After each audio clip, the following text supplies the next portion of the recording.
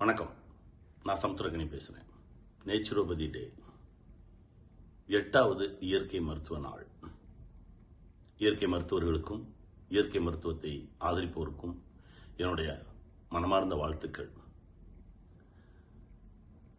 உடம்புக்குள்ள பல காரணத்தை சொல்லி நிறைய விஷத்தை ஏற்றிட்டோம்.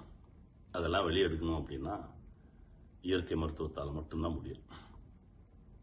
இயற்கை மருத்துவம்னா என்ன?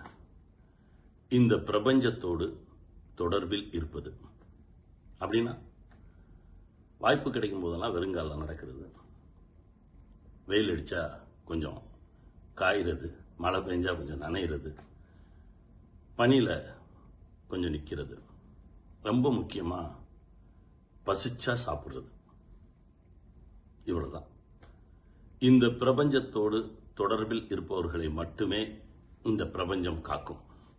முடிஞ்ச வரைக்கும் நம்மளை இயற்கையோடு தொடர்பில் வச்சுக்குவோம், நம்மளை நாமளே காப்பாற்றிக்குவோம். வாழ்க, வெல்வோம்.